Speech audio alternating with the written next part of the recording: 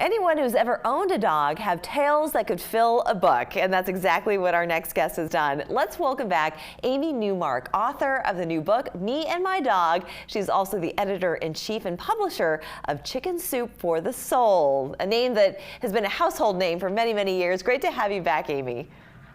Oh, thanks for having me back. I'm so excited about this new book that goes on sale this week. Our dog books are always fabulous. We get thousands of submissions for them, and then we choose 101 stories, and we always try to feature black dogs, senior dogs, pit bulls and pit bull mixes, dogs that aren't necessarily adopted at shelters, and we always try to encourage people to go to shelters. Well, I was going to ask you, so how do you go about choosing the stories, because they all sound so wonderful, and I want to start with one out of right here, Mount Pleasant.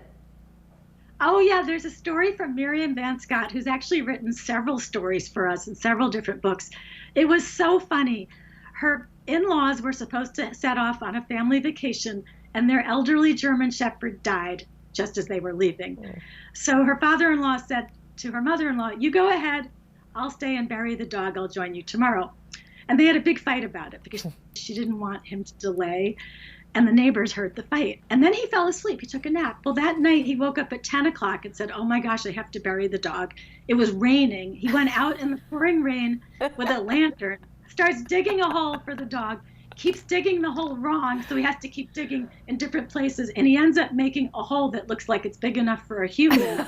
Meanwhile, the neighbors were watching this, horrified from their window, and called the police on him because they thought, no. This one had a little bit of a sinister twist to it, but it goes to show you that he's got some really good and caring neighbors. That is true. He definitely does. And we have a lot of stories that show just how human our dogs are and how much they understand. It's really amazing what they understand. For example, there's a story from Marie Dufour, and her doctor told her that her heart was bad and she needed to start getting exercise. She was telling her neighbor this, and her neighbor's dog was listening very attentively. He went and got his leash, brought it to her, and basically volunteered to be her personal trainer. Goodness.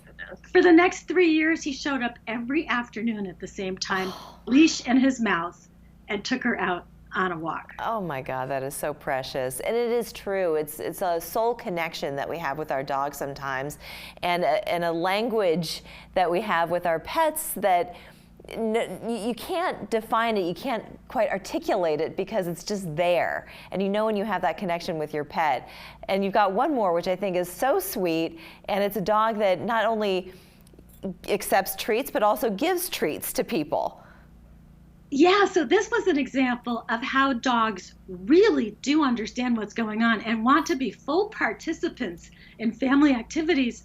So in this case, Kathy Lear was at a big Christmas Eve dinner, and her dog came along, and there was another dog there in the house, and her dog noticed that everyone was exchanging gifts. So very quietly, while they were sitting around the Christmas Eve dinner table, her dog went to his bowl and took out a little pile of kibble for each of the humans and left the piles of kibble at their feet under the table, and also gave a pile of kibble to the other dog who was injured and couldn't really move.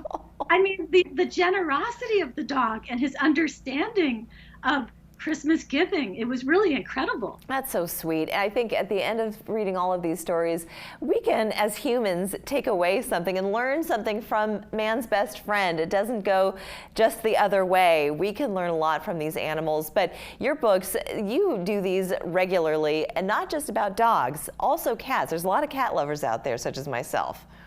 Yes, our book called Me and My Cat will be coming out in April, but there are plenty of other cat books already out there, and I have to say, every one of these books is my favorite as I'm making it. So I'm sure they are.